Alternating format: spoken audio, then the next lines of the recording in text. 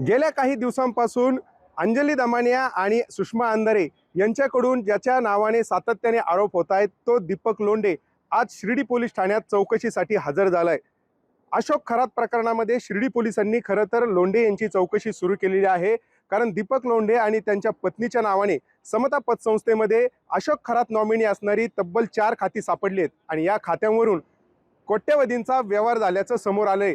यासोबतच कल्पना खरात आणि अशोक खरात यांची राष्ट्रीयकृत बँकांमध्ये जी खाती आहेत त्या खात्यांमध्ये देखील दीपक लोंढे यांनी व्यवहार केल्याचा संशय पोलिसांना आहे आणि त्यामुळेच आज शिर्डी पोलिसांनी दीपक लोंढे यांना चौकशीसाठी बोलावलं असून आज सकाळपासून त्यांची चौकशी सुरू करण्यात आलेली आहे।